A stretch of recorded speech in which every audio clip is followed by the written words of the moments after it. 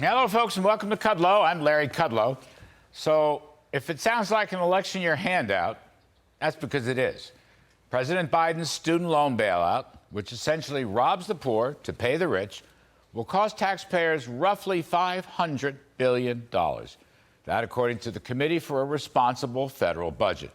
Between loan cancellations, extending payment deferrals for another 4 months, and a revised income-based repayment plan, this could affect over 40 million people.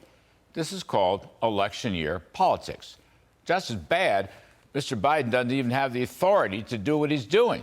Nancy Pelosi had this right a year ago. Remember this one? People think that the President of the United States has the power for debt forgiveness. He does not. He can postpone, he can delay, but he does not have that power. The President can't do it. So that's not even a discussion. And from today's Wall Street Journal editorial, even Mr. Biden said in December 2020 that it was pretty questionable whether he had the authority to cancel debt. The Supreme Court underscored this in the West Virginia versus EPA decision, but Biden's vote buying knows no bounds. Now, as a number of studies have already shown, middle and lower income folks are going to finance high-end earners. Besides the obvious regressivity of this monster, it's just plain unfair. People who didn't go to college, or those who went but paid back their loans, will be furious. We're already seeing evidence of this. A bunch of Democratic senators and House members running for re-election have already jumped ship against Biden's student bailout.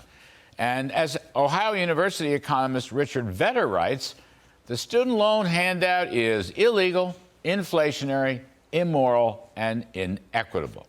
Couldn't have put it better myself. And Biden's action will increase the moral hazard of student loans. If you know the government's going to bail you out and you don't have to repay the interest and principal, well, what do? Well, you take out more government loans. And then all these colleges, especially the high-end fancy universities and private liberal arts schools, well, they'll just keep jacking up tuition, which in turn will spur more student loans. Now, regardless of this loan cancellation, in 5 years, student loans are going to be all the way back to $1.6 trillion. And with crazy policies like this, it'll keep going even higher in the future. And the Education Department, which is in charge of all this, has no clue about lending or banking or credit, future income prospects. They're just there to say, yes, we will give you more loans. And then with a boss like Biden, we'll bail out more loans. So let me repeat, boss Biden's bailout. Now, the wonderful educrats, they're deep in the weeds developing critical race theories and various gender and sex programs for their constituent public schools around the country. Now, a piece of good news is here. In the weeds, the parents are starting to take school boards and schools with a bunch of election victories in Florida, Texas, Colorado, Kansas, Pennsylvania, and Virginia. But I digress a bit.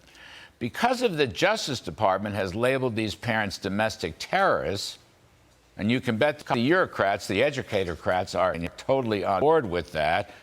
But then again, our democracy is starting to successfully fight back. This is good. The Education Department should get out of the student lending business altogether.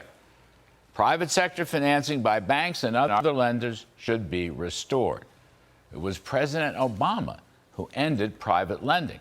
And the student loan program has become an unmitigated disaster since then. And somebody, somewhere, should do something to reduce government-backed student lending. That's right, reduce. Just like someone, somewhere, should reduce overall government spending. That's right, cut spending. That, in turn, might reduce inflation and would surely reduce deficits and debt. Now, am I asking too much here? Well, I don't think so. How about repealing socialism? Well, the cavalry is coming. And that's my riff.